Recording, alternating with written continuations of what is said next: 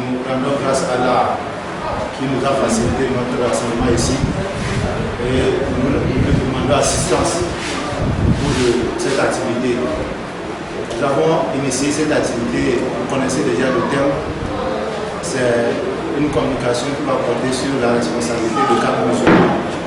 Dans un processus démocratique, nous avons choisi ce thème, ne serait-ce que pour nous outiller en termes d'éléments d'échange, de discussion par rapport à la donne que nous travaillons aujourd'hui, pour permettre, il y a beaucoup de groupes dans lesquels les gens mènent les discussions, parfois certains s'en prennent à d'autres, dû à leur attitude ou bien à leur comportement. Donc la présence de notre cheikh va nous permettre de nous éclairer de quelle attitude, quel comportement nous devons adopter dans ces genre de situations-là. Donc nous allons vraiment saluer sa présence d'abord au Togo ici, et particulièrement au cours de cette séance, au cours de laquelle nous attendons beaucoup vraiment de lui en termes d'éléments, en termes de conseils, pour nous permettre de savoir désormais quelle attitude adopter dans ces genres de situations. Merci beaucoup et salam alaikum wa rahmatullahi wa barakatuh. سبحانك لا علم لنا إلا ما علمتنا إنك أنت العليم الحكيم ولا فهم لنا إلا ما فهمتنا إنك أنت الجواد الكريم. Donc nous sommes là pour parler de la contribution du cadre musulman dans le processus démocratique. Alors ce sujet, à mon sens, c'est très important. Et le premier point que je vais traiter, c'est qu'en est-il de la démocratie avec l'islam? Est-ce que la démocratie est islamique? Pour qu'on parle même de la contribution du musulman et du cadre musulman à cette chose. Je vais vous donner un exemple. Nous avons eu une révolution en Tunisie et je suis rentré au pays peu après la révolution. Et le pays était en plein débat sur quelle constitution adopter et quelle chose faire, et notamment la question de la démocratie. Alors certains au nom de l'islam, bon, la révolution même n'est pas une révolution islamique, c'est une révolution des inégalités sociales, hein, contre la dictature et les injustices.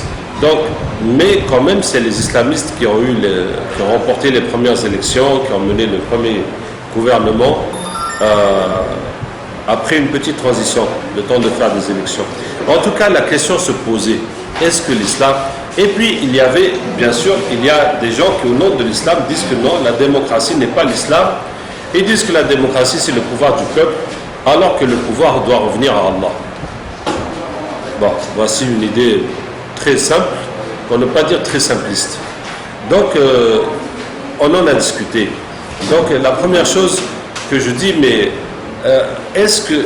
quel système politique est-ce que l'islam a donné?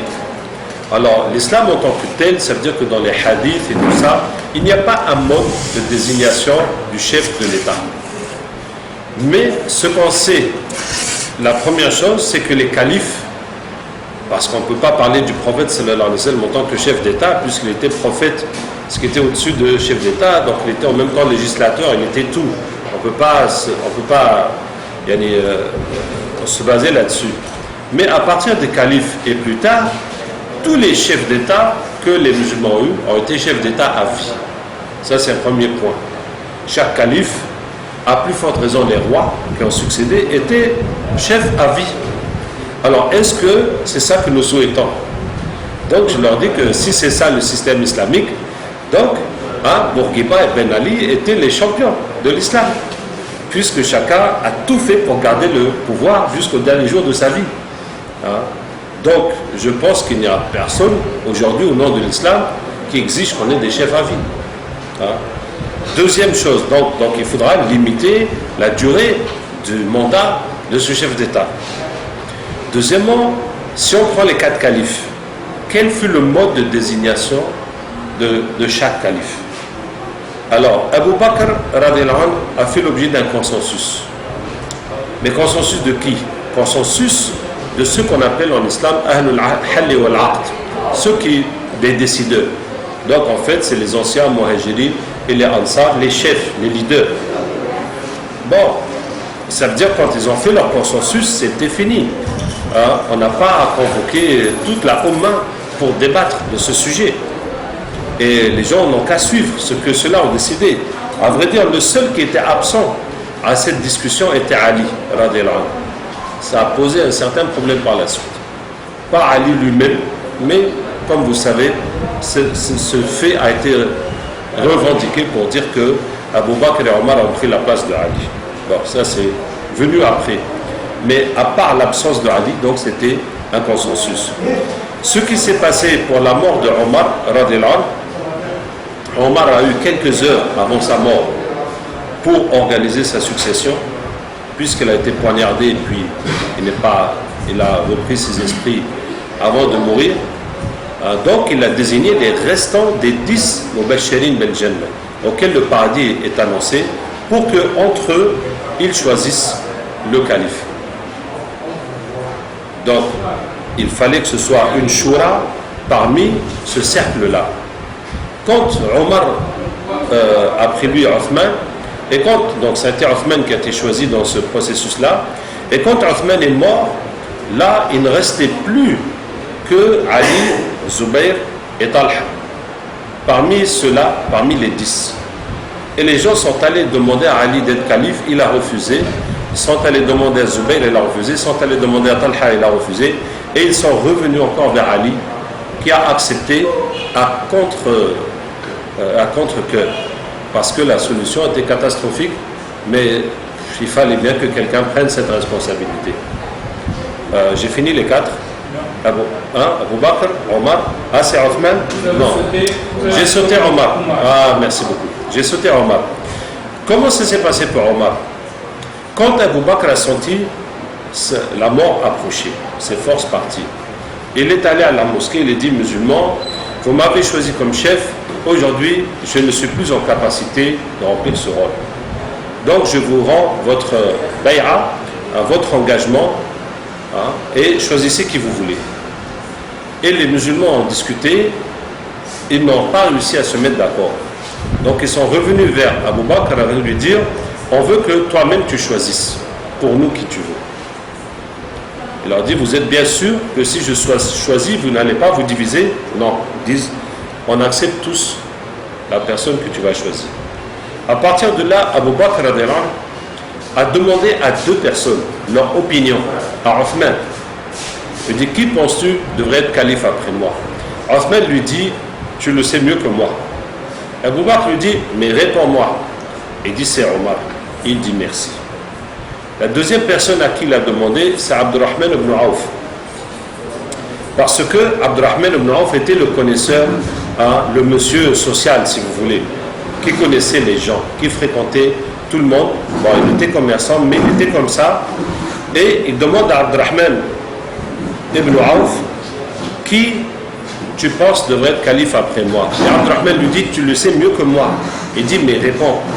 Il dit: c'est Omar. Il dit: merci. Et il a désigné Omar. Ainsi. À la succession de Omar, c'est Abdurrahman ibn Auf qui a choisi Othman. Et comme j'ai déjà dit tout ça, je vais vous dire comment ça s'est passé. Ils étaient 6. Ils étaient 6. Donc, Ali, Othman, Abdurrahman ibn Auf, Talha, Zubayr et Saïd ibn Zayd. 6. Quand ils se sont réunis, Abdurrahman ibn Auf leur a dit: écoutez, celui qui ne veut pas être calife n'a qu'à désigner quelqu'un. Et 3 ont désigné 3. Donc, Talha et Zubayr et Saïd ibn Zayd ont désigné Othman, Ali et Abdurrahman ibn Auf. Alors Abdurrahman ibn Auf a dit: bon, ceux qui ont désisté, partez. Il est resté seul avec Ali et Othman. Et là, Abdurrahman leur dit: moi, je ne veux pas être calife, mais je vais choisir l'un de vous. Je vous promets de faire de mon mieux pour la Ummah, et vous me promettez que celui qui ne sera pas choisi écoutera l'autre et obéira et ne divisera pas. Donc, tous se sont promis. À partir de là, Abdurrahman ibn Auf a passé 3 jours à discuter avec tout le monde, avec toutes les catégories de gens, au bout desquels, comme on le sait, il a choisi Othman. Et quand il a choisi Othman, il a dit à Ali, il dit: je sais très bien que tu le mérites et que tu es capable de le faire. Mais les gens ne sont plus prêts à supporter ce que Omar leur a fait supporter. Ça veut dire que Ali, il aurait continué avec la même rigueur que Omar, contrairement à Othman. Or, cette rigueur-là, les gens ne sont plus prêts à la supporter. Donc, même si, peut-être en théorie, que Ali aurait mieux gouverné que Othman, mais ça aurait explosé. D'une façon ou d'une autre, ça n'aurait pas tenu. Donc, dans les circonstances, c'était Othman qu'il fallait choisir. Bien. Donc, j'en arrive à... Voici en ce qui concerne les 4 califes. Donc, les 4 modes de désignation sont différents. Autrement dit, l'islam ne nous a pas laissé un mode précis pour désigner. Ce qui est sûr, c'est qu'on va faire la shura, qu'on va discuter. Et ce qui est sûr aussi, ce n'est pas le public qui va discuter. C'est Ahlul Halli wal Aqd. Qui sont-ils? Est-ce que c'est les ulama, ou bien les chefs de tribu, ou bien comment? Ça reste à définir. Hein? Ça reste à définir. Est-ce que c'est les ulama qui doivent désigner le président? Mais leur formation n'est pas une formation politique. Quand même, les ulama peuvent désigner le grand mufti peut-être. Hein? En tout cas, ça reste à définir. Bon, une façon de choisir qui va choisir le chef d'État, ben, c'est de voter, de choisir des députés. Chacun va, chaque région, chaque groupe, chaque village, chaque entité va déléguer quelqu'un, et puis c'est eux maintenant que nous, le peuple, ont à charger de désigner. Voilà. En tout cas, ce système est tout à fait acceptable par l'islam. Maintenant, si quelqu'un dit que l'islam a un autre mode, il n'a qu'à le montrer, mais il n'y en a pas. Est-ce que vous voyez? Donc ceux qui critiquent en tout cas la démocratie en disant que ce n'est pas islamique, ce qui est sûr, c'est qu'ils ne sont pas capables de nous montrer un système islamique, puisqu'il n'y en a pas à la base. Donc ce qui peut s'en rapprocher quand même, c'est la démocratie, comme je vous dis, à 2 niveaux. Mais bon, à 2 niveaux, un niveau, ça se discute. Comprenez 2 niveaux. Donc on choisit nos délégués, les parlementaires, et c'est eux maintenant qui vont choisir le président, comme aux États-Unis. Mais c'est compliqué quand même aux États-Unis aussi. Il y a chaque État et tout ça. Bon. Par contre, après les 4 califes, qu'est-ce qui s'est passé? Il s'est passé depuis Muawiyah, qu'Allah lui pardonne, mais radiallahu anhu, parce que c'est un sahabi, qui a désigné son fils, en disant que Abu Bakr a désigné Omar. Hein? L'analogie est fausse, parce que l'intention n'est pas la même. Hein? Mais il reste qu'en islam, comme nous avons le devoir d'obéir à l'émir, c'est devenu une coutume que chaque émir désigne le suivant. Et donc, comme tu es obligé d'obéir à l'émir, tu continues d'obéir au suivant, et ça se suit jusqu'à la fin des temps. Vous voyez? Donc c'est ce qui a justifié, si on peut dire, la monarchie. Hein? Bon, tout ça pour dire que la démocratie se rapproche quand même plus de ce que les califes ont connu que quoi? Que la monarchie ou la dictature. Voilà. Donc ça, c'était pour répondre à ceux qui disent que le système démocratique n'est pas islamique. C'est qu'il n'y a pas à la base de système islamique, et la démocratie, c'est ce qui peut s'en rapprocher le plus. Maintenant, s'il y en a qui veulent absolument revenir à un chef d'État à vie, hein, voire à une monarchie, ça, j'en connais pas. Qui veulent, au nom de l'islam, nous ramener dans cette situation-là. Donc, on était dans le rôle du cadre musulman dans le processus démocratique. Alors, maintenant, je ne vais pas faire l'apologie de la démocratie face à la dictature. Je pense que nous le comprenons tous, qu'il vaut mieux être en démocratie qu'en dictature, n'est-ce pas? Donc, nous avons tous intérêt à aller dans ce processus démocratique.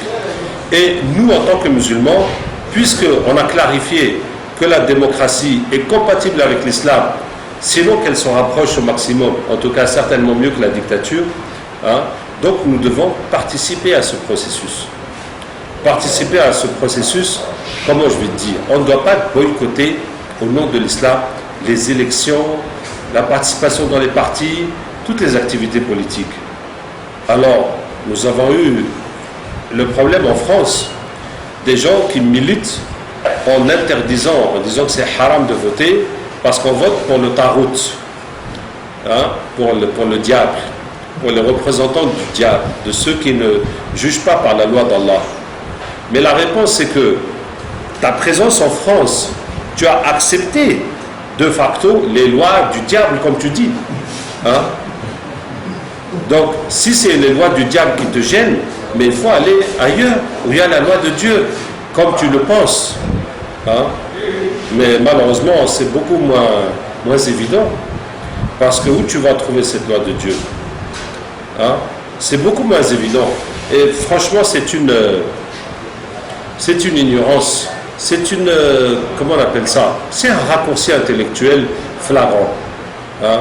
Donc je vais parler de l'Arabie Saoudite, pas pour l'insulter forcément, mais par exemple en Arabie Saoudite, les étrangers, je vais pas, bon, sont maltraités, beaucoup moins bien traités qu'en France, c'est une évidence, ont beaucoup moins de droits qu'en France.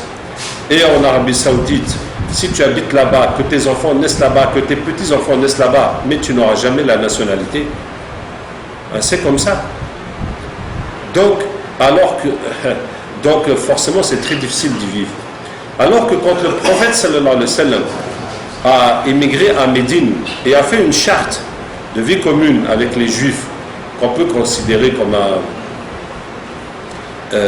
comme une constitution, mais bon, ce n'est pas jusqu'à être une constitution, c'est quand même une charte de cohabitation. Et le premier article, l'article premier, hein, le prophète sallallahu m'a dit Al-Muslimuna ummatun min duni nas.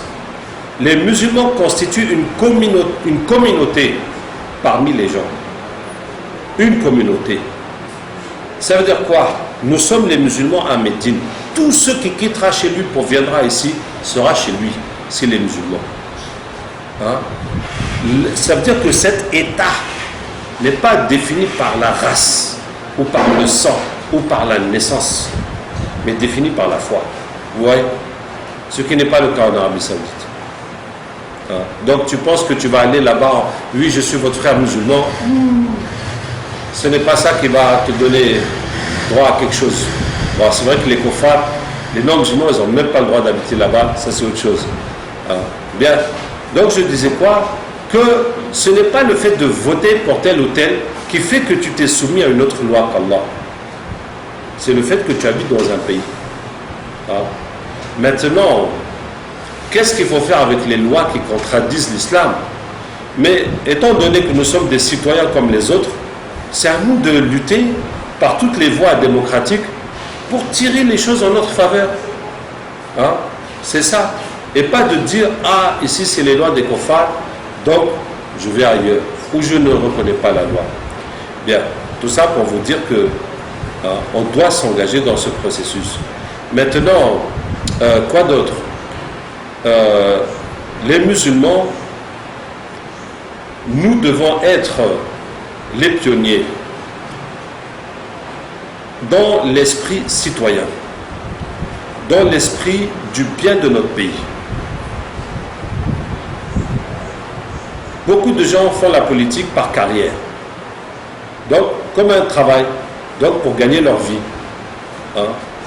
Et quelqu'un qui a lutté, milité, donc son rêve c'est que le jour qu'il aura les moyens, voilà, il doit récupérer les salaires de toutes ces années de militantisme. C'est une évidence. Hein? Et tous les gens qui l'ont soutenu pour y arriver, mais il faut que cela aussi gagne, puisque c'était le contrat plus ou moins implicite qui était entre eux. D'autres sont là pour défendre leurs ethnies, d'autres sont là pour défendre des partis ou des idées. Et les musulmans, nous devons être là pour défendre l'intérêt général, pour défendre le pays.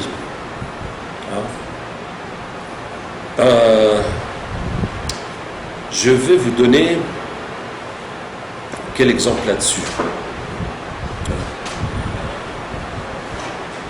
Je vais vous donner quelques exemples comme ça me vient en tête. Par exemple, en France, là où j'ai vu la politique assez longtemps, l'opposition, quelle qu'elle soit, est une opposition systématique. C'est-à-dire, si le gouvernement fait quelque chose de mauvais, apparemment c'est mauvais, on va dire c'est mauvais, mais même s'il fait quelque chose de bien, on ne va jamais dire que c'est bien. Hein? Pourquoi? Parce que tu prépares les prochaines élections, et donc il faut à tout prix dénigrer le gouvernement pour que ce soit à ton tour. C'est comme ça, c'est systématique. Tu ne peux pas être là et apprécier que le gouvernement a fait quelque chose. Même si c'est toi-même qui demandais à ce que cette chose-là soit faite. Et que finalement, le gouvernement, il a pris ton idée pour faire. Et là, tu vas te lever pour dire « Ah non, c'est pas bien ». D'une façon ou d'une autre, on va critiquer. Et l'exemple le plus frappant qu'on a eu, c'est la non-élection de Lionel Jospin à l'époque. Je ne sais pas si vous avez suivi à l'époque, mais à l'époque quand même, je croyais encore à la politique. Je suis désolé de vous décourager comme ça. Hein? Mais Jospin est arrivé à la primature, il n'est pas arrivé à la présidence. Bon, depuis, ils ont changé le système parce qu'ils ne veulent plus de cohabitation. Donc depuis, on fait les élections présidentielles et législatives en même temps, pour que le président ait la majorité, forcément. Et pas avoir un président et puis l'opposition à la majorité au Parlement, parce que ça paralyse l'État, puisqu'ils vont chacun être en train de bloquer l'autre. Bon, en tout cas, c'était la cohabitation entre Jospin et Chirac. Et ce qui semblait être une mission impossible, de réduire le chômage. Jospin l'a fait. Je ne vais pas revenir sur les détails.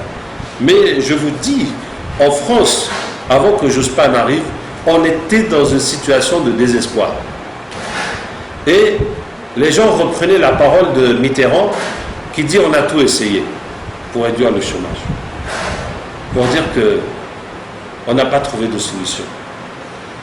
Et puis Jospin a attaqué le problème et le chômage s'est réduit considérablement. Et maintenant, qu'est-ce qui s'est passé?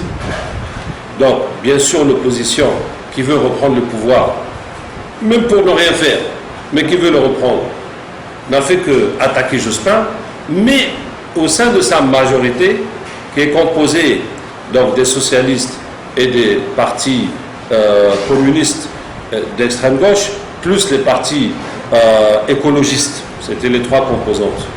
Les autres se sont mis à l'attaquer aussi. Pourquoi? Pour chacun tirer vers lui. Étant sûr que la gauche gagnera, il fallait que les communistes aient un maximum de votes au premier tour, les écologistes aussi, pour avoir plus de poids dans le prochain gouvernement. Donc, au lieu de dire la vérité, nous sommes très contents d'avoir concouru à ce gouvernement et d'avoir amélioré le pays. Non, tout le monde c'est devenu l'homme à abattre, puisque c'est devenu le gagnant évident devant tout le monde. Et la dernière chose, c'est que son propre ministre de l'Intérieur, Jean-Pierre Chevènement, est sorti pour faire sa propre formation politique, ce qui a fini de briser. Résultat, le Parti socialiste n'est pas passé au second tour. C'était Le Pen et Chirac, donc c'était gagné d'office pour Chirac, puisque Le Pen, au second tour, il a fait le même score qu'au premier tour. Il n'y a pas quelqu'un de plus qui a voté pour lui. Donc c'était gagné. Et voilà comment l'absurde est arrivé. L'absurde. Celui que tout le monde reconnaissait comme étant le meilleur pour gérer le pays a été éliminé au premier tour. Hein, pourquoi? À cause de ce comportement que chacun son intérêt. Bon, donc je vous disais qu'en tant que musulmans, nous devons dépasser cette politique politicienne, comme on dit, hein, pour travailler au bien du pays.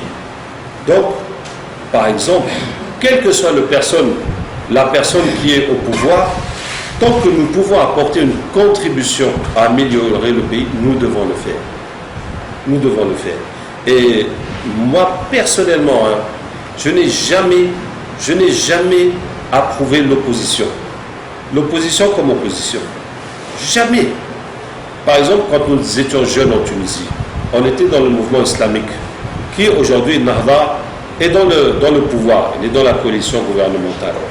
Et nous étions dans l'opposition. Et on se faisait massacrer, parce que c'était la dictature. Hein? Mais bon, j'ai quitté assez tôt pour aller dans le tablier. Pour faire quelque chose d'utile. Parce que je ne vois pas l'utilité. À ce que toute cette génération soit sacrifiée de cette façon-là. Hein? Donc, puisque celui qui a le pouvoir, il a décidé de le garder, eh bien, prenons acte de cette situation et faisons ce que nous pouvons faire pour apporter notre contribution au pays. C'est ma conviction. C'est ma conviction qui vient des expériences que j'ai vues, mais aussi des hadiths qui sont clairs. Hein, des hadiths qui sont clairs, hein, que celui qui peut faire un bien n'a qu'à faire le bien qu'il peut faire. Et la règle du fiqh qui est connue, ma la yudraku kulluhu, la yutraku kulluhu. Ce qu'on ne peut pas faire entièrement, on ne doit pas le laisser entièrement. Hein. De l'expérience aussi des autres pays qui ne sont pas loin de chez vous, où il y a eu des alternatives décevantes, très décevantes, n'est-ce pas? Vous les connaissez, ou bien? Hein? Et oui, il y a eu des alternatives, mais ne serait-ce que la Tunisie. Hein? Ce qui s'est passé après la révolution, les islamistes ont pris le pouvoir. Wallah, j'étais étonné de voir combien les gens détestent les islamistes. Incroyable. Et ils ont eu des barrages pas possibles, de tous les côtés. À commencer par les pays européens et américains qui n'ont pas rendu les biens de Ben Ali et autres à ce gouvernement-là. À l'intérieur, tous les anciens du système qui étaient là pour bloquer. L'autre partie de l'opposition communiste et anti-islamique qui tenait les médias et les syndicats et qui faisait du systématique contre les islamistes. Et je dois dire, il est apparu cette frange des musulmans radicaux qui après sont tombés dans le terrorisme et qui ont déclaré, parce que à un moment quand il fallait chercher une constitution, et le parti islamique n'a pas imposé la charia et le Coran comme constitution, parce que le pays n'y est pas prêt. Et les autres, ils ont dit, c'est des koufars. Hein? Ça, c'est les musulmans radicaux. Alors, si le parti islamique modéré, c'est des koufars, mais les autres partis, c'est des quoi? C'est des shayatines. Hein?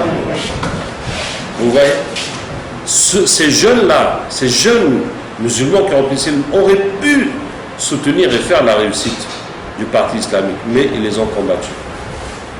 Et ils sont allés maintenant prendre les armes, etc., faire les attentats. Et c'est comme ça que, subhanallah, yani, parmi les ministres qui étaient là, il y en a qui n'ont pas pris son salaire, parmi ces ministres musulmans. Hein? Et les ministres du parti islamique travaillent de 5h à 23h.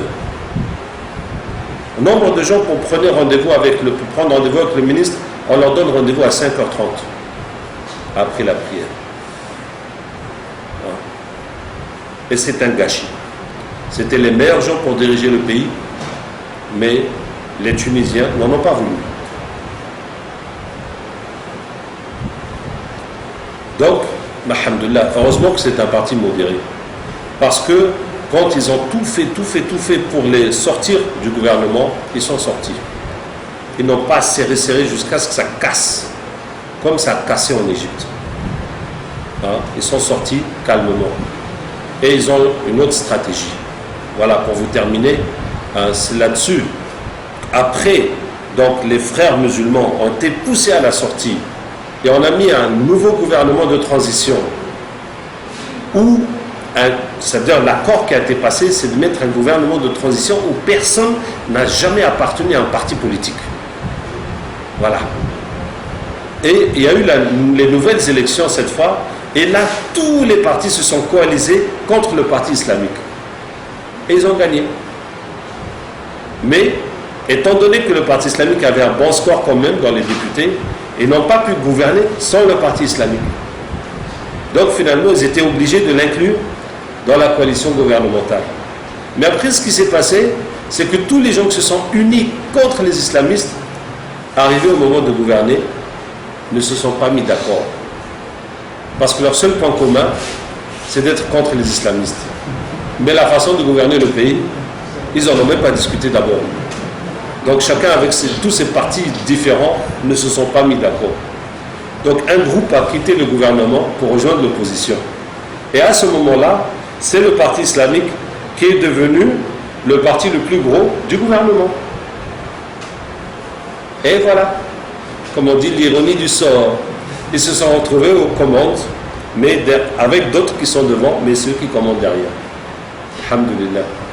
Ça veut dire qu'en tant que musulman, on travaille calmement, sur le long terme. Ce qui est sûr, c'est qu'en tant que musulman, il faut à tout prix éviter la confrontation. Ça, c'est pas bon. Pour l'islam, pour le pays, pour personne. Hein? Regardez le pacte de Hudaybiya, j'espère que vous le connaissez tous et que vous en êtes bien imprégnés. Le prophète sallallahu alayhi wa sallam a fait toutes les concessions nécessaires pour obtenir la paix. Des concessions qui sont inacceptables dans l'islam. Inacceptables. Comment un musulman qui est torturé, pour le faire quitter l'islam, il fuit vers nous et on va le livrer encore au kuffar? C'est inacceptable. Mais ce qui est pire que ça, c'est de faire la guerre et tuer les gens. Ça, c'est pire. Là, c'est beaucoup de musulmans qui vont mourir. Ainsi que les kuffars qui auraient pu devenir musulmans. Donc, c'est un moindre mal. Hein? Mais toutes ces concessions pour qu'il y ait la paix. Une fois qu'il y a eu la paix, la da'wah s'est répandue. Et l'islam a boomé. Puisqu'au pacte de Hudaybiya, les musulmans étaient 1400. L'année suivante, il y a eu la première bataille contre les Romains. Les musulmans étaient 3000. L'année suivante, il y a eu la prise de la Mecque. Les musulmans étaient 10 000. L'année suivante, il y a eu la deuxième bataille contre les Romains. Les musulmans étaient 30 000. Et l'année suivante, c'était le pèlerinage d'Adjul. Les musulmans étaient 124 000. Donc c'est le pacte de Hudaybiya qui a permis à l'islam de se développer. Bien. Donc je disais encore la contribution du cadre musulman.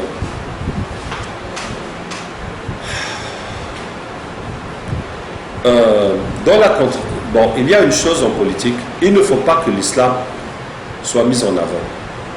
Il ne faut pas qu'on fasse un parti ni musulman, ni pour les musulmans, ni pour les gens du Nord, ni ce genre, ni pour notre ethnie, quelle que soit l'ethnie.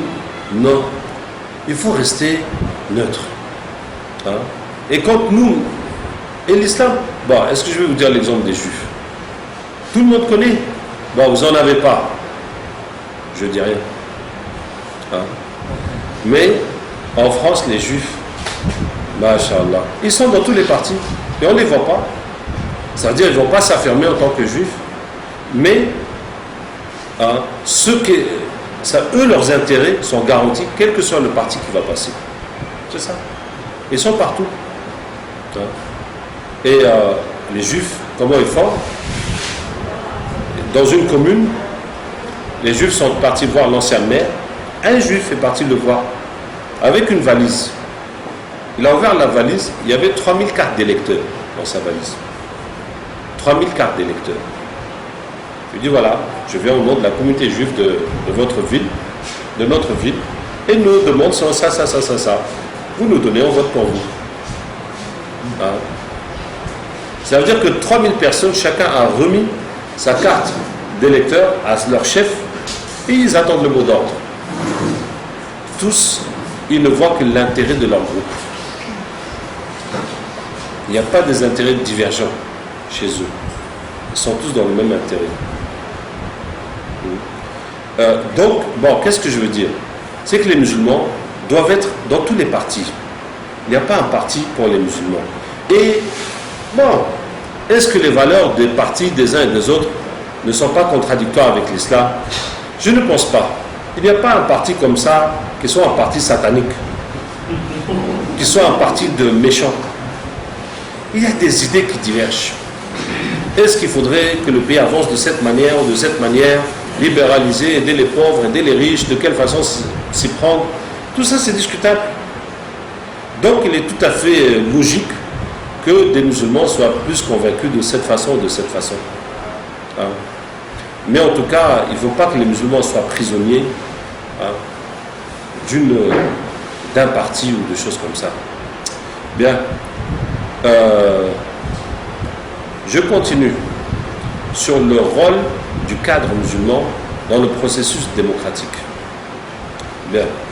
Le musulman doit combattre les injustices et lutter pour le bien-être du pays. Donc face aux injustices, nous ne pouvons pas nous taire, nous ne pouvons pas nous arrêter. Nous devons parler, nous devons lutter. Maintenant, par rapport aux autres qui apparemment luttent aussi pour le bien, nous avons l'avantage de croire en Allah Ta'ala, et de lui faire confiance. Et que nous ne pouvons pas nous minimiser. Tu ne dois jamais dire non, je ne peux pas affronter cette situation. Que ça c'est trop dur, que je n'ai pas comment faire.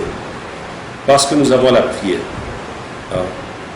Et je vais vous raconter une petite situation que nous avons vécue. Quand nous étions au Nigeria, on s'est fait arrêter par la police et nous ont emmenés au commissariat central. Ils nous ont bloqués pendant 3 jours. C'est vrai que c'était l'époque de Boko Haram. Bon, il y a toujours une bonne raison de faire ça. Mais apparemment, c'était des chrétiens qui voulaient bloquer les activités musulmanes. En tout cas, on était là. On a passé une nuit de prière. On a passé toute la nuit à prier avec un verset. Rabbana atihim da'afayni min al-adab wal'anhum la'nan kabira. Seigneur, donne-leur un châtiment double et maudis-les d'une grande malédiction. Toute la nuit sans dormir, on a prié. C'est une sunna du prophète sallallahu alayhi wa sallam. Sayyida Aisha radhiyallahu anha raconte que le prophète sallallahu alayhi wa sallam a passé une nuit à prier avec un verset.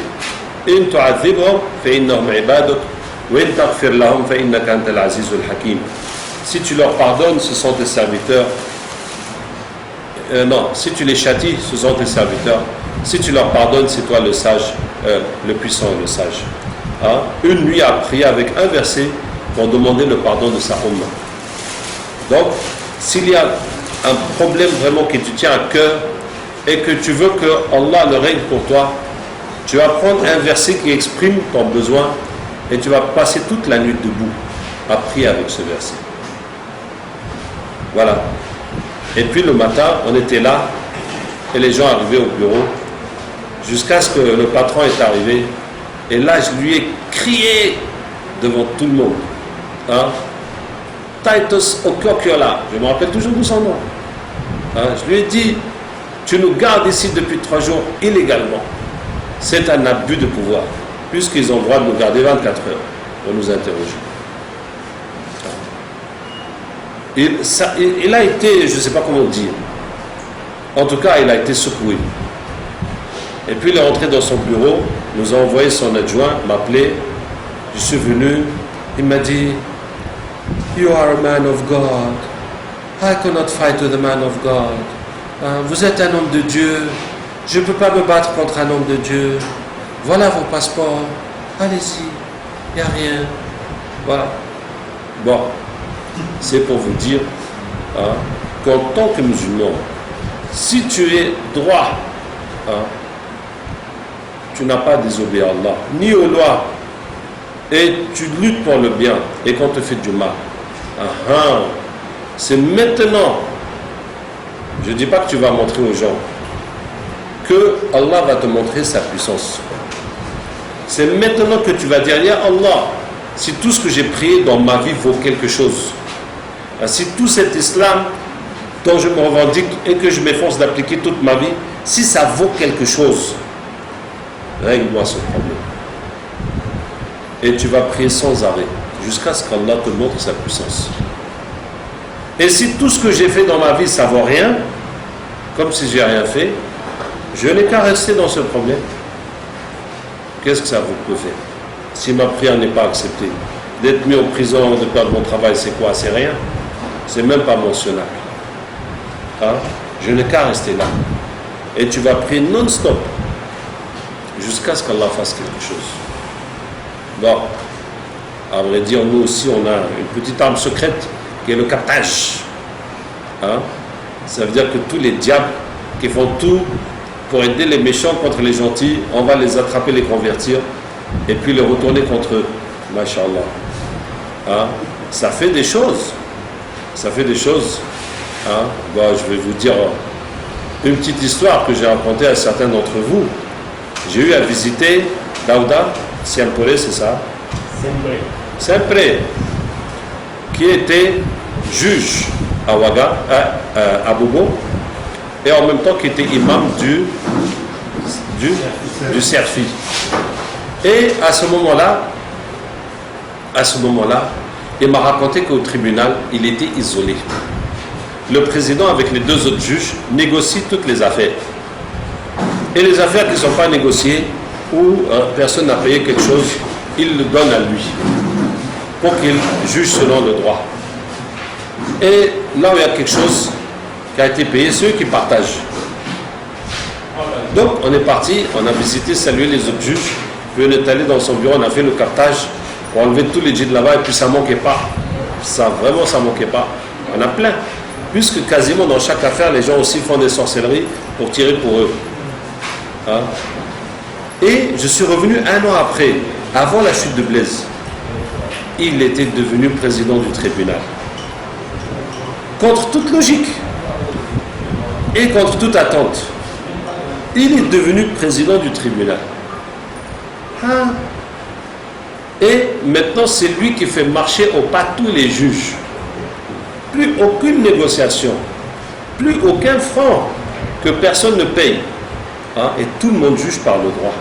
Et il me dit que même les autres juges, ils ont accepté et puis ça les arrange comme ça. Tant mieux. Hein? Celui qui était son prédécesseur, ting, on l'a envoyé quelque part en brousse. Là où il n'y aura que des poulets à négocier. Hein? Et il me dit que depuis, ça a apaisé la population. Parce qu'avec l'ancien système, les gens faisaient la justice entre eux. Faisaient la justice entre eux. À quoi ça sert d'aller te plaindre? Il va payer et puis il va partir. Donc tu n'as qu'à aller, si tu as des gros bras, ramène tes gars, allez-y, réglez-lui son compte.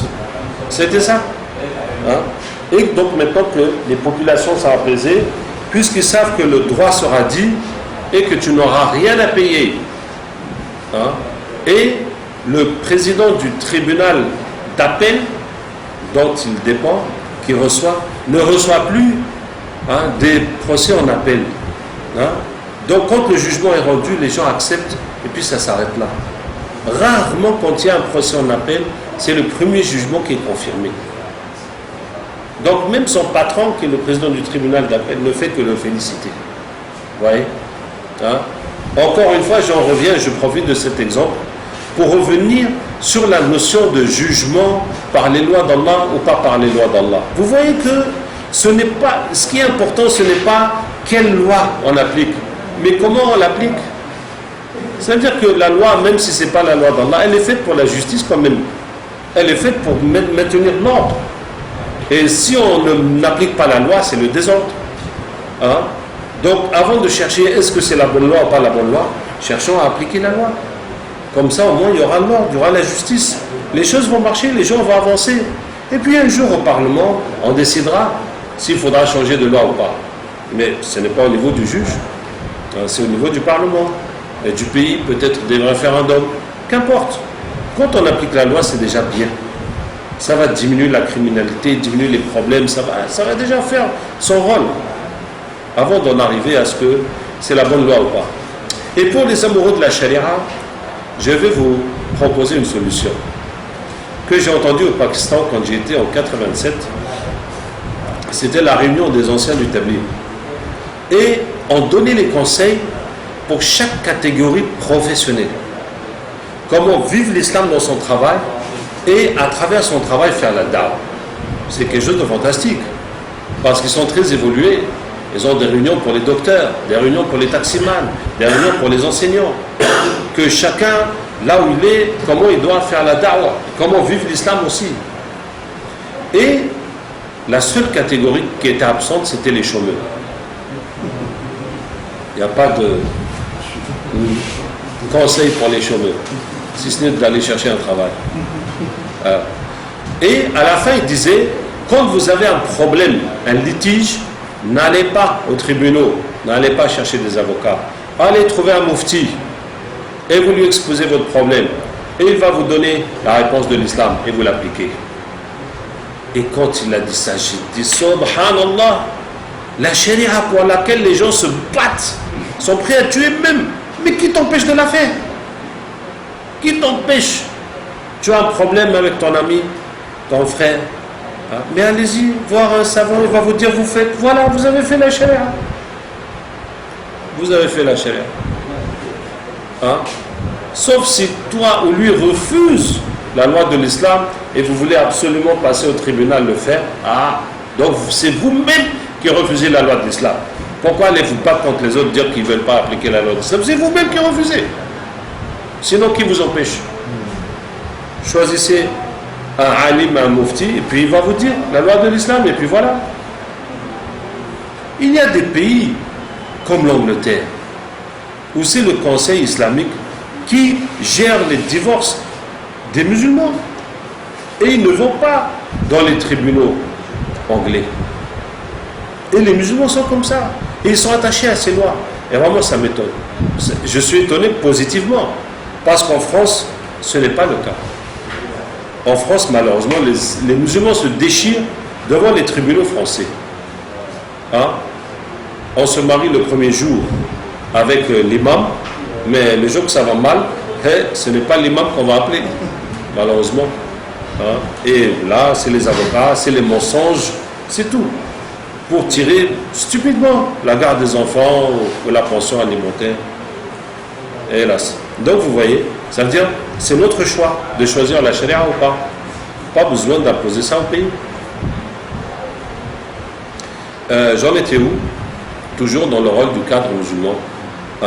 Donc en tant que cadre musulman, et ce processus démocratique, et on veut aller vers la paix sociale, on veut aller vers un état de droit où les droits sont respectés, on veut aller vers une justice, tout ça qui permet une cohabitation sereine et qui permet un développement du pays et qui permet aux bonnes énergies, au bon potentiel d'être utilisés correctement pour le bien de tous. Pour le bien de tous. D'accord? Donc, nous devons avoir un rôle pionnier dans cette affaire, en luttant chacun dans son domaine. Maintenant, le fait de lutter contre la corruption, contre la triche, nous devons le faire à tous les niveaux. Je cherche des exemples pour concrétiser ce que je dis.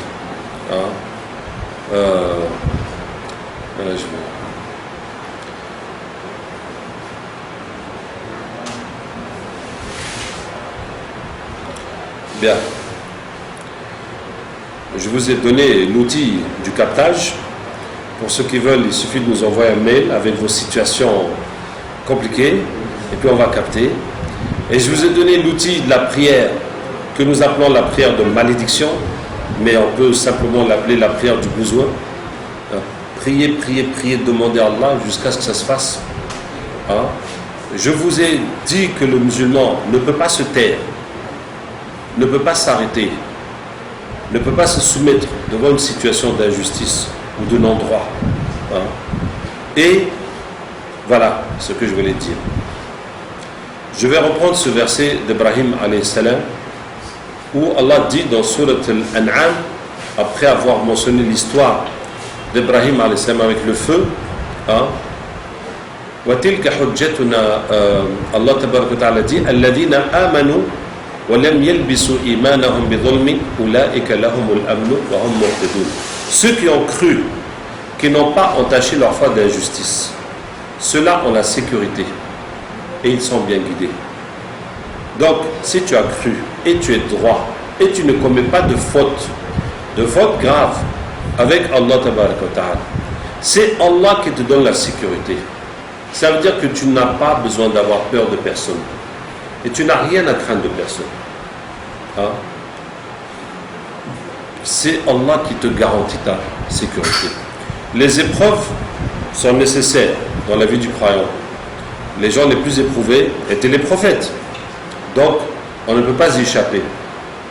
les épreuves sont de deux types. Il y a les bonnes et les mauvaises. Mais là, nous allons parler des mauvaises, parce que les bonnes épreuves, tant mieux. Alhamdulillah. Ça augmente la foi et puis c'est une joie. Mais les mauvaises épreuves. Dans les mauvaises épreuves, il y a deux types de mauvaises épreuves. Il y a la mauvaise épreuve quand on a fait une faute. Et la mauvaise épreuve quand on n'a pas fait de faute. Donc, je vais essayer assez rapidement de vous donner les exemples dans Surat Yusuf alayhi salam. Quand Yusuf a été jeté dans le puits, il n'a fait aucune faute. Ça lui est tombé dessus comme ça, arbitrairement. Allah tabaraka wa ta'ala a retourné tout le mal de cette épreuve en bien.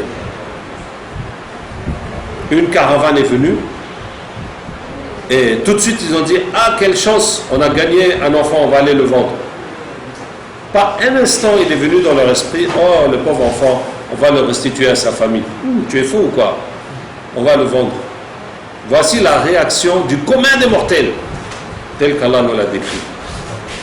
Ils sont prêts à te vendre pour une bouchée de pain, pour mettre quelque chose dans leur poche. Et ils l'ont caché, secrètement, pour que les autres ne viennent pas quoi, le libérer, mais non, demander leur part. Et arrivé, ils l'ont vendu à prix cassé, comme une marchandise volée telle qu'on connaît. Donc ça s'est passé très vite. Et c'est un ministre qui l'a acheté en vue de l'adopter. Et il s'est retrouvé tout à coup, fils de ministre, dans une maison, mashallah, dans un niveau de vie, une qualité de vie qui n'a rien à voir avec là où il était dans la brousse, avec une éducation top, la meilleure qui puisse exister, parce que l'Égypte est une grande civilisation. Jusqu'à aujourd'hui, on ne sait pas comment ils ont construit les pyramides, ni comment ils ont fait les momies. Et on n'a toujours pas déchiffré leur écriture. Et tout ça, ce n'est pas quelqu'un qui s'est gratté la tête pour inventer. C'est génération après génération que toutes ces sciences se sont développées. Donc c'est ça les études. Comme cette caméra que vous voyez aujourd'hui, il a fallu combien de générations et d'évolutions pour arriver là. Vous voyez, depuis des siècles, on envoie nos meilleurs enfants faire ce genre d'études. Depuis des siècles, cette civilisation a mis sa matière grise à développer les technologies. Et c'est ça qui s'est passé en Égypte. Donc il y avait l'enseignement. Yusuf alayhi salam a gagné tout ça. Maintenant, quand je vous dis que Allah lui a tout remplacé en mieux, ses parents, il n'y a pas mieux que ses parents, c'est sûr. Mais les parents adoptifs ont une affection débordante, plus que les parents normaux. Surtout qu'avant ils étaient 12, et là ils se retrouvent à fils unique. Donc, papa et maman sont là, est-ce que tu as bien mangé, est-ce que tu as bien dormi, voilà des nouveaux habits, on t'habille comme une poupée. Ce n'est pas comme 12. Voilà. Et la deuxième épreuve pour Yusuf alayhi salam, c'est quand il a été mis en prison. Et là, il avait commis une erreur. Qui était quoi? Qui était de dire aux jeunes qui allaient être sauvés, parle de moi auprès de ton maître, auprès du roi. Et Allah Ta'ala n'a pas aimé cette parole. Pourquoi? D'abord, c'est de croire que quelqu'un d'autre qu'Allah détient ton destin dans sa main. Allah n'aime pas ça. Allah dit Qulillahumma malik al-mulk, dit Allah, le roi du royaume. Tu donnes le royaume à qui tu veux, tu arraches le royaume de qui tu veux, tu rends puissant qui tu veux, tu avilis qui tu veux. Biyadika al-khayr, le bien est dans tes mains. Et Allah ne veut pas voir dans nos cœurs que nous croyons que notre bien est dans les mains de quelqu'un d'autre. Deuxième chose, c'est que ces gens-là, Youssouf les a prêché la religion.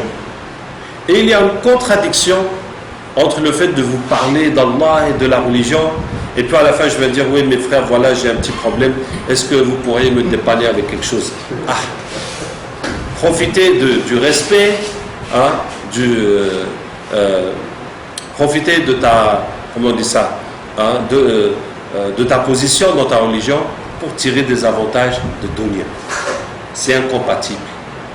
Et pour ça, tous les prophètes disaient وَمَا أَسْأَلُكُمْ عَلَيْهِ مِنْ أَجْرٍ. Je ne vous demande aucune récompense pour ça. C'est Allah seul qui va me récompenser. Troisièmement, que Youssouf alayhi salam a utilisé une méthode un peu en marge de la légalité pour régler son problème, qui est de trouver un piston qui va intervenir pour pousser un peu son dossier et régler un peu son problème. Vous voyez, on ne peut pas dire c'est illégal, mais c'est en marge de la légalité. Alors que dit l'islam là-dessus? Il faut savoir que si on intervient par un piston ou bien on paye un pot de vin pour obtenir ce que tu n'as pas droit, c'est ça qui est haram. Et c'est grave, parce que par exemple, si tu as obtenu une bourse pour toi-même ou pour ton fils que tu n'avais pas le droit, déjà c'est interdit, mais toute cette bourse c'est haram. Tout cet argent que tu vas prendre pendant des années, mais c'est de l'argent haram. Non seulement c'est haram, mais c'est de l'argent que tu as pris à quelqu'un d'autre qui lui avait les conditions normales pour obtenir cette bourse. Sauf que toi tu as pu intervenir, tu lui as arraché ça. Donc Yawm al-Qiyamah, quand tu vas lui rembourser sa hasanat, tu vas rembourser combien? Tu lui as pris ses études, son diplôme, peut-être aussi son travail et son mariage. Hein, tu lui as pris sa vie en prenant comme ça. Hein. Donc c'est grave, hein, cette corruption. Hein. Mais quoi d'autre? Mais par contre, si c'est pour obtenir ton droit qu'on t'a refusé, qu'on t'a arraché, alors que c'est ton droit, et jusqu'à ce que tu payes, pour qu'on te donne ce qui est légitimement dû, hein? Ou bien que tu as trouvé quelqu'un pour intervenir pour débloquer ta situation, là ce n'est pas haram, ce n'est pas interdit. Mais toutefois, il est préférable d'opposer une résistance citoyenne et d'exiger que le droit soit appliqué et de ne pas passer par d'autres chemins que le droit jusqu'à ce que ça se fasse. Puisque si chacun de nous, arrivé là-bas, se laisse faire, il faut que je paye pour avoir mon permis, il faut que je paye pour avoir ça, mais donc ça ne va jamais changer. Quel jour viendra où des gens se lèveront pour changer cette situation? Si chacun dit ah mais on n'a pas le choix, on fait, on n'a pas le choix, on fait, est-ce que vous voyez? Mais si tu fais, c'est pas haram, puisque c'est ton droit qu'on t'a arraché. Hein? Ouais. Mais pour le niveau de foi de Youssouf alayhi salam, Allah n'a pas accepté qu'il utilise cette chose qui est autorisée pour d'autres. Est-ce que vous voyez? Hein? Comme l'exemple du prophète sallallahu alayhi wa sallam, quand il a oublié de dire Inch'Allah que demain je vais répondre aux questions, il a dit demain je vais répondre aux questions. Allah a interrompu la révélation pendant un mois. C'est pas qu'il a fait quelque chose qui est interdit, mais c'est qu'à son niveau, Allah n'accepte pas qu'il puisse dire quelque chose sans dire Inch'Allah. Donc, où en étais-je? Hein? Ça c'est l'épreuve quand on a fait une faute. Et regardez comment le résultat, c'est que Youssouf a fait des années en prison. Des années. Alors imagine, on est en prison, le jeune est parti, c'est bon, il va parler au roi, quelque chose va se passer. J'attends un jour, 2 jours, une semaine. Ah mais c'est quand il va venir, mais qu'est-ce qui se passe? Mais tout à coup tu vas t'apercevoir, mais qu'est-ce qui se passe? Où est ta prière? Où est ta confiance en Allah? Tu es là en train d'attendre ton gars là qui va venir te dire quelque chose. Hein? Oh oh, donc c'est l'erreur. Hein? Donc il va s'apercevoir de son erreur. Et regardez comment le comportement de Youssouf alayhi salam a totalement changé. Et je ne sors pas du sujet parce que on a encore des choses à dire sur cette histoire. Hein? Comment après des années, le comportement de Youssouf alayhi salam a totalement changé. Il est resté en prison des années. L'autre l'a oublié jusqu'à ce que le roi a fait un rêve. Cette vache maigre qui mange, cette vache grasse, cet épi vert, cet épi sec. Et le roi explique. Et personne ne sait expliquer. Hein? Et c'est maintenant celui qui servait le vin qui est là, qui dit Hé Majesté, je connais quelqu'un qui peut expliquer ça. Et il va voir Youssouf en prison. Youssouf, Youssouf, toi tu es véridique, tu es bon. Il faut nous expliquer ça et ça et ça. Imagine, tu es en prison, on t'a oublié pendant des années. On vient te dire qu'aujourd'hui le pays a besoin de toi. Besoin de moi. Moi en prison, et toi tu as besoin de moi, mais il y a quelque chose qui tourne pas rond. Il faut commencer par me sortir de prison, non? Ou bien je vais rester en prison encore, et puis je vais régler votre problème. Mais ça, c'est comment? Hein? Mais, comment c'est possible? Hein? Hein? Ou bien, il va leur donner la moitié, il va garder la moitié. Ou bien, il va négocier. Non. Youssouf al-Islam leur a donné toute la réponse et toutes les solutions. Il n'a gardé aucune main, aucune carte en main pour négocier. Ça veut dire que le désir même de sortir de prison est sorti de son cœur. Hein? L'importance du roi est sortie de son cœur. Tout ça, ce n'est rien. Si Allah veut que je reste en prison, je suis en prison. Hein? Ici, il n'y a pas de femme qui me court derrière, il n'y a pas de fitna. Je suis en i'tikaf, dans ma retraite spirituelle. J'adore Allah. Hein? Mon manger vient, chaque repas est là. C'est tout. Si Allah me ramène quelqu'un, je vais lui faire la da'wah. Sinon, je suis là dans mon cœur. Hein? Pourquoi sortir? Si Allah veut que je sorte, je sors. Si Allah veut que je reste, je reste. Le roi, non, pauvre petit roi, il a un problème. On va le dépanner. On va lui dire. Puis c'est tout. Et le jeune revient au roi avec son conseil. Majesté, votre rêve, ça veut dire ça et ça et ça. Il y aura 7 années d'abondance. Vous devez cacher la moitié. Parce qu'après, il y aura 7 années de sécheresse. C'est ça que vous allez manger.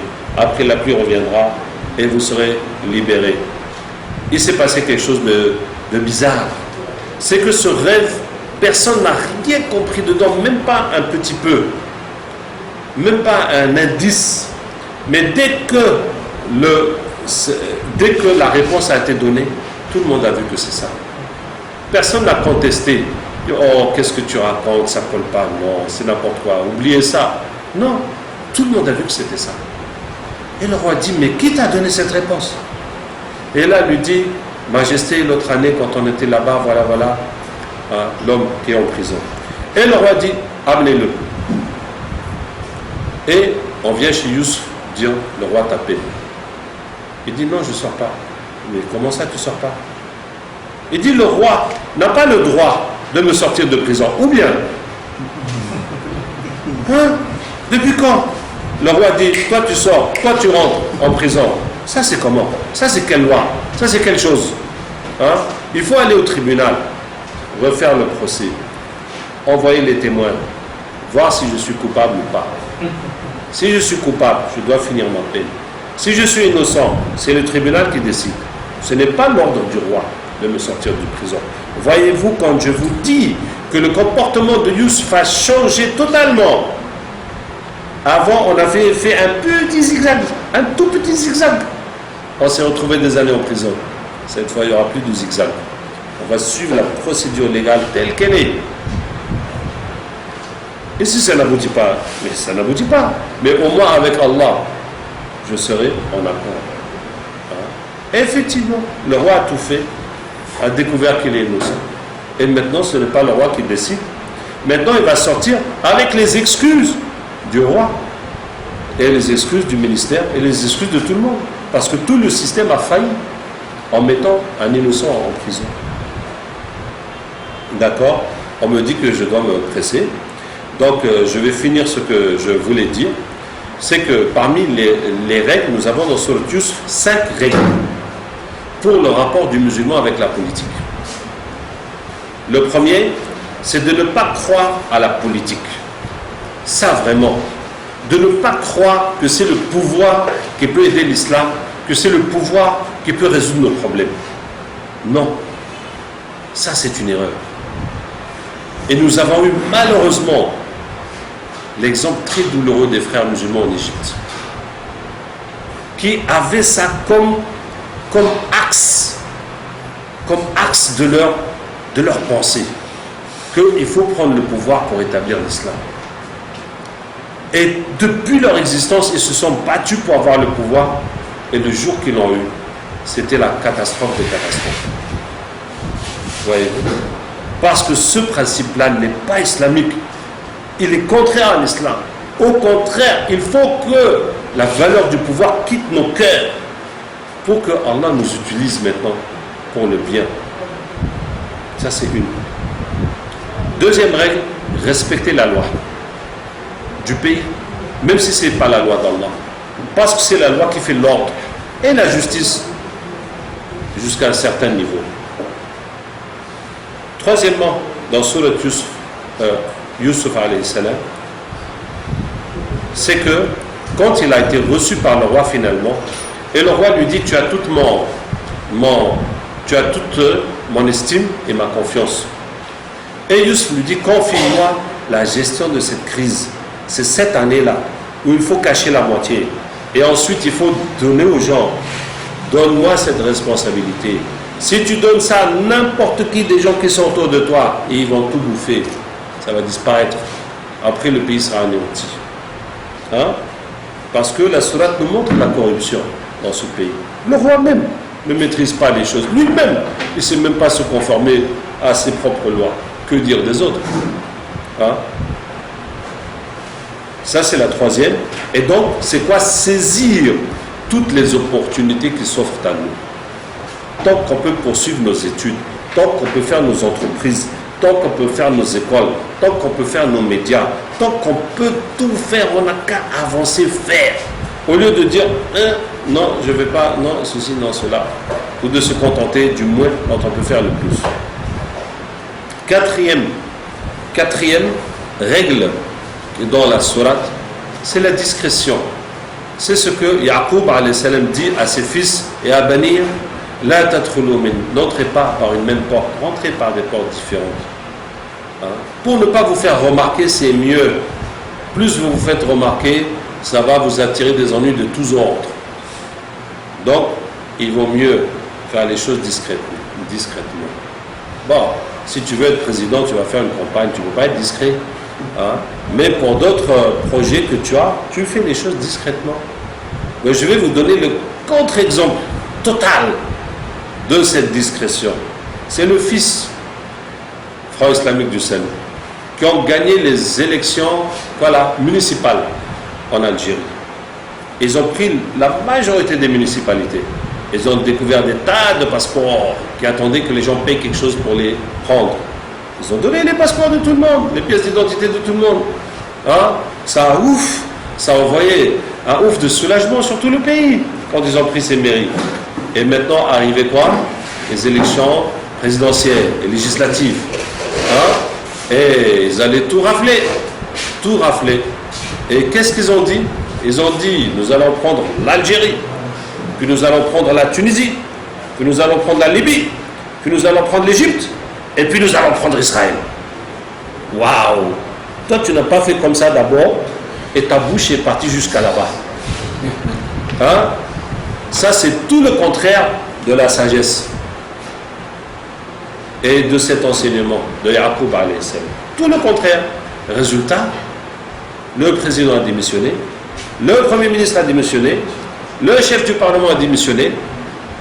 On s'est trouvé dans un vide juridique, une situation qui n'est pas prévue par la Constitution, et les militaires ont pris le pouvoir et ils ont annulé les élections présidentielles, dissous le fils. Encore une autre décision aberrante. Quand ils ont dissous le fils, les chefs ont dit: ne vous soumettez pas, prenez les armes. Et voilà la catastrophe totale.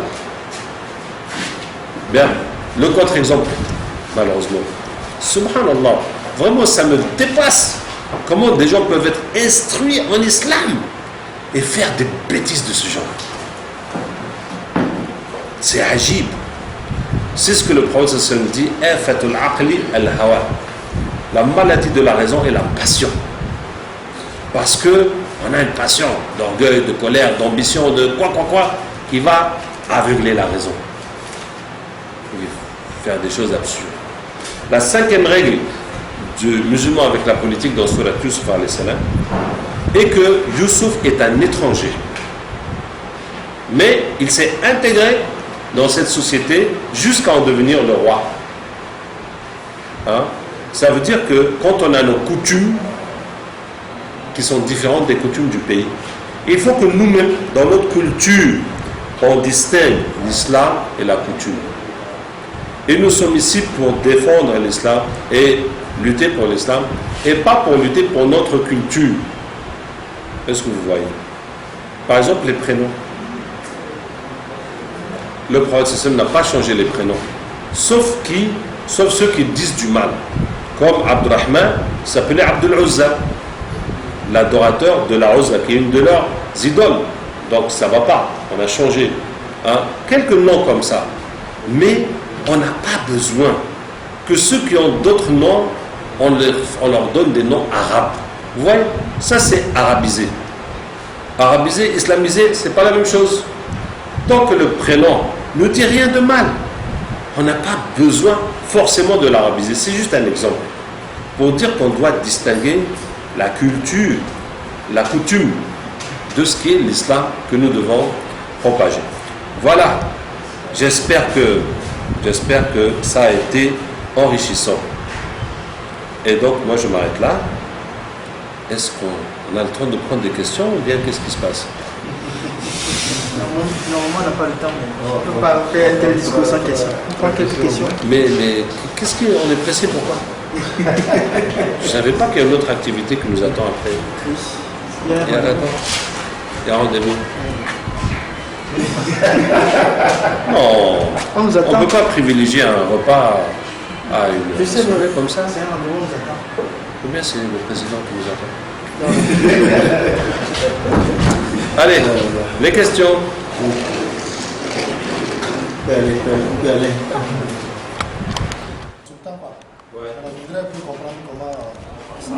Bon, couramment, musulman, on sait ce que c'est. C'est quelqu'un qui est musulman. Islamiste, c'est quelqu'un qui milite pour l'islam ou qui lutte pour l'islam. C'est ça. Bon, est-ce que c'est forcément une lutte politique? Bon, c'est souvent ceux qui luttent pour l'islam politique qu'on appelle islamistes. Bon, je vais dire que c'est comme ça qu'on les désigne. Sinon, il faudrait dire les militants musulmans ou quoi. C'est pas des militants musulmans parce qu'on peut être militant musulman ou chrétien sans que l'islam ou le christianisme apparaissent dans le militantisme. Donc, quand on est islamiste, c'est quelqu'un qui milite pour l'islam politique. Donc, qui veut la charia ou qui veut un état islamique ou ce genre de choses. Bon, je pense que c'est de ça qu'on parle. Maintenant, péjoratif ou pas péjoratif, ça dépend de l'histoire, de là où tu vis. Merci, cher Benami. Je voudrais savoir, vous avez dit que vous ne pensez pas qu'il y ait un parti qui soit satanique. Oui. Voici un état. Voici le cas. Je donne un état Oui. où on tue. Quand on parle du parti, il faut voir les principes du parti. Je ne parle pas de la personne qui a pris le parti, c'est devenu un parti personnel. Hein? Ou bien un groupe. Hein? Une prise en otage du parti. Non, c'est devenu le parti de quelqu'un qui fait la pluie et le beau temps dedans et puis qui décide de tout. Je ne parle pas de ça. Je parle de par principe. Et la charte du parti et puis les choses du parti. Tu vois, maintenant, il y a beaucoup de gouvernements qui sont injustes et qui pillent les biens, etc. Il y en a, mais ça, je ne dis pas le contraire. Il y a beaucoup de gouvernements qui sont des pays où il y a, disons, un dictateur qui est méchant puis qui s'est entouré des gens pour l'aider dans sa tâche. Ça ne manque pas. Ça ne veut pas dire que le parti même de ce dictateur, que c'est de ça que je parle. Bon, si je pense en France, par exemple, le Front National, c'est un parti qu'on traite de xénophobe, d'être raciste, etc. Bon, à vrai dire, pour vous dire franchement, hein, si c'était dans les pays, regardez en Libye, ce qu'ils font aux étrangers, tu vois. Donc, tout le monde sait comment les Libyens traitent les étrangers. Alors, comment nous pouvons reprocher aux Français de vouloir se débarrasser de nous, alors que nous, là-bas, nous créons plein de problèmes. Vous voyez? Donc, même s'il y a des Français musulmans qui sont dans le parti de Le Pen, je ne peux pas dire qu'ils sont en infraction avec l'islam. Bah, c'est juste, le fait est que les étrangers dont il est question sont musulmans. Mais ils auraient pu être d'une autre religion et en train de causer du tort dans le pays. Et puis les autochtones ont envie de se débarrasser d'eux. Bon, c'est ça que je dis que le parti même n'est pas forcément satanique. Maintenant, si un parti est dominé par des mauvaises personnes et que vous ne voyez pas comment vous pouvez avoir une place, dans le parti, ben, de toute façon, ce que je dis, chacun va là où il se sent le mieux. Hein. Mais même si vous n'êtes pas dans le parti et que le parti, la dictature a le monopole du pays, il faut faire ce qui est possible de faire. Tu vois, il faut faire, par exemple, si on peut avoir nos écoles, n'importe quelle institution qu'on peut avoir, hein, il ne faut pas faire comme un imam que j'ai visité hier, et je lui ai dit que dans la Roqia, nous essayons de nous intégrer dans le ministère de la Santé et puis d'être reconnus comme tradithérapeute et puis éventuellement d'arriver à collaborer avec les gens de la santé. Il m'a dit, ah, si tu fais ça avec ce gouvernement-là, c'est pas possible. Je dis, ah, c'est mélanger les choses quand même. Ça ne veut pas dire que la moindre institution de l'État ne peut pas fonctionner. C'est comme si tu me dis, tu ne peux pas être professeur sur ce gouvernement. Qu'est-ce que tu racontes? Tu passes ton concours de professeur et même s'il y a de la corruption, mais on ne va pas s'arrêter là. Et puis tout le monde fuit l'administration, c'est pas possible. Autre question? Oui. Je vais donner l'exemple des frères tunisiens en Tunisie, des frères musulmans en Tunisie. Vraiment, la façon qu'ils ont gouverné est, comment on dit ça, elle est exemplaire. Leur gouvernement, la façon qu'ils gouvernaient était exemplaire. Exemplaire. Vraiment exemplaire. Quand je vous dis que le ministre, tous les ministres, travaillent de 5h à 23h. Hein? Et que certains parmi eux n'ont pas pris leur salaire pendant leur mandat. Mais il y avait trop d'opposition. Maintenant, face à cette opposition, en Tunisie, les frères musulmans ont su reculer et lâcher. Et se reconvertir autrement pour continuer la lutte d'une autre façon. Au lieu de forcer jusqu'à ce que ça casse. Hein? Les frères musulmans, moi aussi en Égypte, je me souviens très bien, la dernière décision qu'elle a prise avant d'être enlevée, c'était de limiter le pouvoir de l'armée.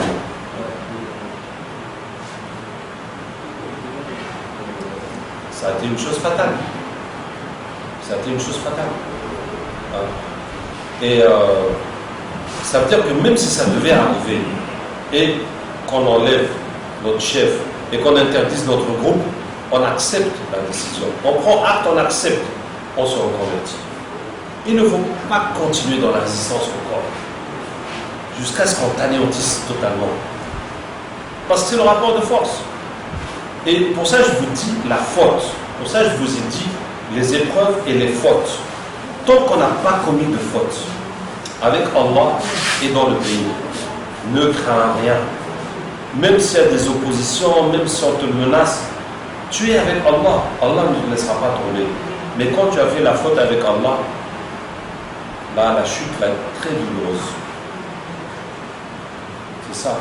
Et pour ça que nous, en tant que croyants, ce n'est pas normal que des croyants qui luttent pour Allah tombent si bas. Ce n'est pas normal. Tu vois, l'islam ne nous a pas montré ça. Donc, c'était un manque. Déjà, le but même, regardez les frères musulmans en Tunisie. Dès le départ, ils ont eu l'intelligence de ne pas présenter un candidat au présidentiel. Et ils ont gagné les législatives. Après, ils ont partagé le gouvernement. Quand ils ont gagné, remporté les législatives, ils ont demandé à tous les partis de les rejoindre pour faire une coalition gouvernementale. Il y a deux partis qui les ont rejoints, qui sont le deuxième et le troisième, arrivés aux élections législatives. Donc, il n'y avait que les petits là qui ont boudé. Hein? Ils ont donné à l'un la présidence, ils ont donné à l'autre la présidence du Parlement. Et eux, ils ont eu le Premier ministre. Comme ça, ils ont partagé. Pour travailler avec tout le monde. Donc, c'est la souplesse qui a fait qu'ils ont mieux encaissé. Et ils sont là. Machallah, ils sont là. Et ils sont là pour de bon. Parce que maintenant, ce qui est sûr en Tunisie, c'est qu'il n'y a aucun parti qui fait le poids contre le parti islamiste. C'est eux qui ont un programme, c'est eux qui ont des bases, c'est eux qui sont établis, c'est eux qui prévoient les autres échéances, alors que tous les autres partis, c'est des gars qui se cherchent. Tu vois? Il a fallu du temps pour que cette réalité apparaisse à la société. Tout ça, c'est un parti, ça veut dire qu'il a des idées. Il a des principes et il a une base. Et il avance. Alors que tous les autres, c'est individuel. Je tente ma chose. Je fais mon parti, votez pour moi. C'est ça, les autres partis. Bien. Ce que je veux vous penser à ce niveau-là, quand vous entrez dans un parti, vous entrez pour des principes. Si maintenant, dans le parti, vous voyez que ces principes ne sont pas respectés, vous allez lutter dans le parti même pour essayer de ramener le parti à ses principes fondateurs. Hein? Et si vous voyez que non, vraiment c'est impossible jusqu'à ce qu'on vous jette, là vous allez sortir et dire devant tout le monde, ce parti qui dit tel et tel principe, ce n'est pas vrai. Et pour ça, je n'y suis plus. Je pense que c'est ça. Hein? Je vais vous donner un petit exemple, excusez-moi, encore, pour dire il y a l'aspect mystique qui est omniprésent hein, dans la société et plus fort présent dans la politique. Tu vois, ma femme en Côte d'Ivoire est entrée dans un travail. Bon, elle avait une chef qui faisait n'importe quoi tant qu'elle encaissait l'argent. Et puis, nous on est derrière avec les prières et avec les conseils. Et puis, bon, il y a eu une restructuration, la chef a sauté, c'est elle qui est devenue chef. Tu vois, maintenant il y a eu un blanc qui est venu pour les augmenter encore de niveau. Elle est passée encore chef plus haut, donc elle était sous le patron directement. Tu vois, et puis, elle a fait du super bon travail, elle a plus ou moins sauvé la boîte. Et puis elle m'explique que ces gens-là sont vraiment radins, ils l'ont pas payé comme il faut, etc. Mais le patron même, c'est un juif. C'est un juif tunisien même. C'est un juif tunisien, pour dire, c'est pas un juif noir, c'est un juif tunisien. Tu vois. Et puis maintenant, elle a fini avec cette expérience professionnelle et elle a eu du boulot ailleurs. Donc, elle est sur le point de partir. Et elle me dit que maintenant, le grand patron, il veut licencier tout le monde, fermer la boîte. Je dis, ah, ça c'est Allah qui a fait ça. Hein? Ça veut dire qu'elle, elle a surfé sur la truc, elle a quitté l'expérience, elle est prestigieux, et au moment où elle va partir, tout va couler. Ah bah alors là, c'est Allah qui a fait son travail. Hein? Donc si toi là-bas, dans ce parti, tu as fait tout ce que tu as pu faire, et tout, et puis il n'y a plus rien à faire, tu t'en vas, et derrière toi le parti s'écroule, et ça c'est Allah qui a fait son travail. Toi tu es essentiel, mais toi avec Allah, tu le fais commenter. Après, celui qui attendait, c'est à lui de voir qu'est-ce qui lui est arrivé. Pourquoi il en arrive là. La monarchie est impeccable. Moi, je trouve. Tu vois. Et ce serait vraiment stupide de se battre pour abolir la monarchie. Maintenant, si on est dans une dictature, si encore, par exemple, Ben Ali, on n'avait pas de problème avec lui. Hein. C'est seulement sa femme qui a tout gâté. C'est sa femme qui a tout gâté. Sinon, Ben Ali a bien géré le pays. Bourguiba aussi a bien géré le pays. Pour dire que ce n'est pas la dictature en soi qui a un problème, c'est la mauvaise gestion. Hein? Bourguiba a bien géré le pays. Les dernières années, il était malade. On dit qu'il avait 1 heure de conscience par jour. Mais c'est trop. Il faut laisser la place. Tu vois? Mais sinon, ce qu'il a fait pour la Tunisie, nous sommes reconnaissants parce que peu de pays, parmi ceux qui ont été décolonisés, ont réussi à faire ça. Comme je disais à vos amis, depuis que je suis petit, je n'ai jamais connu les pistes. Dans la capitale, partout où tu vas, il y a le goudron, même au village. La dernière maison que tu vas, il y a le goudron qui arrive là-bas. Mais ça, c'est moi quand j'étais petit. Jusqu'à maintenant, on n'a pas connu ces pistes. Mais la Tunisie n'est pas plus riche que le Togo. Non, la Tunisie n'a pas plus de moyens, de pétrole, de gaz ou quoi. Non, on se débrouille avec notre agriculture, avec le tourisme, avec l'éducation, qui aujourd'hui fait que la Tunisie reçoit les gens de partout pour se soigner ou bien pour suivre des études. Ouais. Mais les richesses naturelles au Togo sont supérieures. Donc c'est un problème de gestion. Bon, donc je vous disais que le problème en soi n'est pas la dictature. Le problème, la mauvaise gestion. Leïla Ben Ali, si une entreprise étrangère veut s'installer en Tunisie, il faut qu'elle lui donne un salaire. Elle lui donne un salaire, etc. Ça a étouffé le pays. Trop, c'est trop. Son frère de Ben Ali, là où j'ai amené une voiture de l'étranger, donc il faut payer un dédouanement. Vous savez, dédouaner les voitures, c'est de grosses sommes. Le frère de Leïla passer tous les soirs prendre la caisse. Passer tous les soirs prendre la caisse. Les voitures qui sont importées dans le pays, quand même, c'est une recette considérable pour le pays. Ce n'est pas des miettes. Ils passent tous les soirs prendre la caisse. Etc. Donc, ça a étouffé le pays. Alors, qu'est-ce que je disais? Est-ce que le musulman, tu disais, ne doit pas lutter pour l'avènement de la démocratie? Je dis oui. Oui. Il faut lutter pour le bien du pays d'une façon plus générale. Parce qu'il n'y a pas que ça. Comme je disais l'autre jour, si les rues sont sales, mais levez-vous nettoyer. Si les égouts sont bouchés, mais levez-vous déboucher. Il ne faut pas être là en train de pleurnicher, l'État fait ci, l'État fait ça, et en train toujours de se plaindre. Toi-même, tu peux faire quoi pour ton pays? Mais fais. Et ça amènera le pays à s'améliorer. Hein? Parce que, vous savez, l'alternance, mais d'autres pays ont essayé et ont échoué lamentablement, à commencer par le Niger. Hein? Combien on s'est plaint de Hamamadou, qui était seul à tout tenir dans le pays, jusqu'à ce qu'il est tombé. Tandja était là. Ah, Tandja n'a plus voulu laisser la place. Il a dissous le Parlement, il a dissous le Conseil constitutionnel, il a dissous quoi, la haute cour de je sais pas quoi. Jusqu'à ce que les militaires l'ont pris. Et maintenant, il se voit Amadou, l'opposant de toujours, lui qui est venu. C'est pire que tout ce que l'on a connu avant. Jusqu'à ce que l'État emprunte aux banques pour payer les salaires des fonctionnaires. C'est pire. La dernière fois que j'étais là en septembre au Niger, les gens sont découragés. Je vais au Niger depuis 2005. Là, beaucoup plus que le Togo. Mais la situation s'est dégradée. Parce qu'au lieu que ce soit un qui vole, maintenant celui-là, il s'est allié avec plein de gens pour prendre le pouvoir et tout le monde veut bouffer. Au lieu que ce soit un qui vole et puis les autres qui sont soumis. Non, maintenant, tous ceux qui sont là, ils ont eu leur place légitimement.